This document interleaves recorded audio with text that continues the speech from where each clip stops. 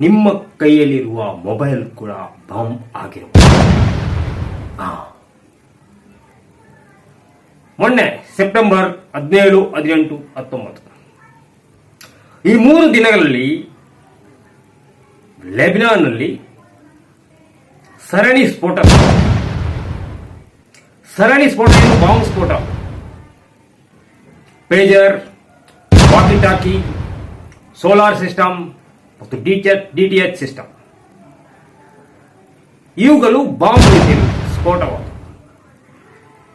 ಸುಮಾರು 3,000ಕ್ಕೂ ಅಧಿಕ ಇದು ಬಾಂಬ್ ರೀತಿ ಸ್ಫೋಟ ಆಯಿತು. ಏನಾಯ್ತು?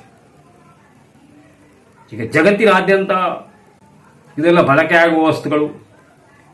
ಆ ಪೇಜರ್ ಈಗ ಬಳಕೆಯಲ್ಲಿ ಇಲ್ಲ ಅಂತ ಕೆಲವು ಕಡೆಯಲ್ಲಿ ಮೊಬೈಲ್ ನೆಟ್ವರ್ಕ್ಗೆ ಅವಕಾಶ ಇಲ್ಲದ ಕೆಲವು ಕಡೆಗಳಲ್ಲಿ ಇದೆ, ಪೇಜರ್ ಬಳಕೆ ಇದೆ, ಮತ್ತೆ ಎಲ್ಲ ಕಡೆಯಲ್ಲಿ ಇಲ್ಲ. ಮತ್ತೆ ಈ ಲೆಬನಾನ್ನಲ್ಲಿ ಅಷ್ಟೊಂದು ಪೇಜರ್ಗಳು ಯಾಕೆ ಬಳಕೆ ಆಗ್ತಿತ್ತು? ಅದು ಯಾಕೆ ಸ್ಫೋಟವಾಯಿತು? ನಮ್ಮ ಕೈಲಿರುವ ಮೊಬೈಲ್ಗಳು ಸುರಕ್ಷಿತವೇ? ಪ್ರಶ್ನೆ. ಲೆಬನಾನ್ನಲ್ಲಿ ಹಿಜ್ಬುಲ್ಲಾ ಎಂಬ ತೀವ್ರವಾದಿ ಸಂಘಟನೆ ಇದೆ.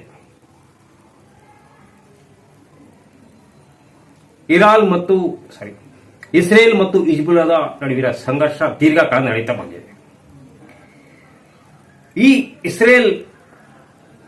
ಹಿಜ್ಬುಲ್ಲಾ ಸಂಘಟನೆಯ ಸದಸ್ಯರನ್ನ ಮೊಬೈಲ್ ನೆಟ್ವರ್ಕ್ ಮೂಲಕ ಲೊಕೇಶನ್ ಟ್ರೇಸ್ ಮಾಡಿ ಅಟ್ಯಾಕ್ ಮಾಡಿ ಸಾಯ್ತಿತ್ತು.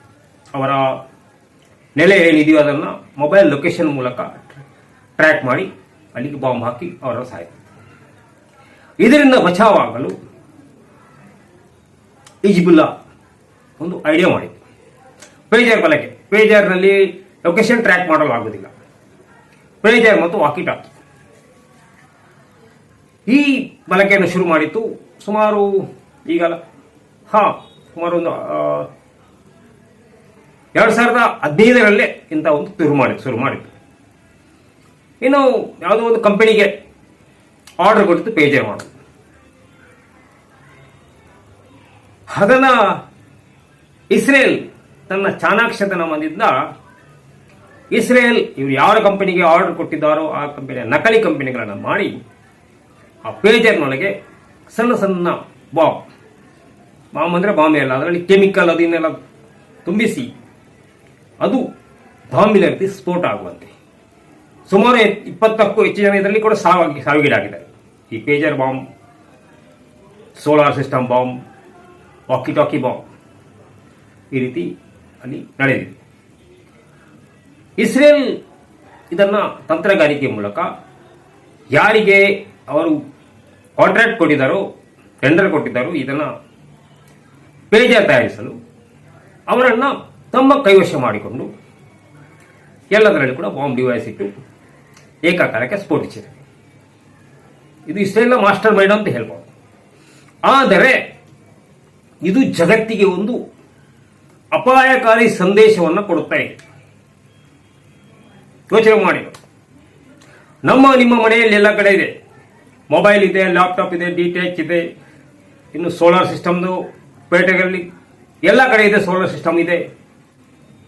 ನಮ್ಮ ಕೈಲಿರುವ, ನಮ್ಮ ದೇಶದಲ್ಲಿರುವ ಅತಿ ಹೆಚ್ಚು ಎಲೆಕ್ಟ್ರಾನಿಕ್ ಉಪಕರಣಗಳು ಬರುತ್ತಿರುವುದು ಎಲ್ಲಿಂದ ಅನ್ನೋದು ಒಂದ್ಸಾರಿ ನೆನಪಿಸಿಕೊಳ್ಳಿ.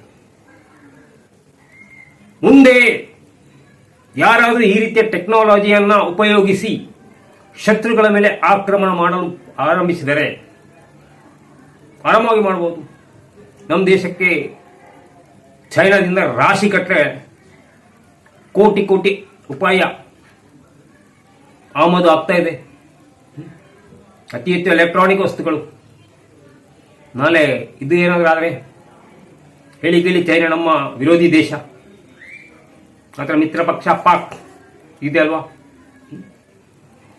ಇದನ್ನೆಲ್ಲ ನೋಡುವಾಗ ಜಗತ್ತಿನಲ್ಲಿ ಯಾವುದು ಕೂಡ ಸುರಕ್ಷಿತವಲ್ಲ ಅನ್ನುವಂತಹ ಒಂದು ಭಾವನೆ ಕಾಡ್ತಾ ಇದೆ. ನಮ್ಮ ಕೈಲಿರುವ ಬಾಂಬ್ಗಳು, ನಮ್ಮ ಕೈಲಿರುವ ಮೊಬೈಲ್ಗಳು, ನಮ್ಮ ಕೈಲಿರೋ ಮೊಬೈಲ್ ಕೂಡ ಬಾಂಬ್ ಆಗ್ಬೋದು, ಲ್ಯಾಪ್ಟಾಪ್ ಬಾಂಬಿನಂತೆ ಸ್ಫೋಟ ಆಗ್ಬೋದು, ಡಿಟಿಎಚ್ ಸಿಸ್ಟಮ್ ಇದೆಲ್ಲ ಒಂದು ನೆಟ್ವರ್ಕ್ನಿಂದ ನಡೀತಿದೆ ಅಲ್ವಾ. ಮೊಬೈಲ್ ನೆಟ್ವರ್ಕ್ ಇದೆ, ಲ್ಯಾಪ್ಟಾಪ್ಗೆ ನೆಟ್ವರ್ಕ್ ಕೊಡ್ತೇವೆ, DTHಗೆ ನೆಟ್ವರ್ಕ್ ಕೊಡ್ತೇವೆ ಅಲ್ವಾ. ಜಗತ್ತು ಎತ್ತ ಸಾಗುತ್ತಿದೆ. ತಂತ್ರಜ್ಞಾನ ಮುಂದುವರಿದಷ್ಟು ಜಗತ್ತಿಗೆ ಅಪಾಯ ಜಾಸ್ತಿ ಆಗ್ತಿದೆ. ನಮಸ್ಕಾರ ಸ್ನೇಹಿತರೆ, ನಾನು ಹರೀಶ್ ಇಂಡಿಯಾ.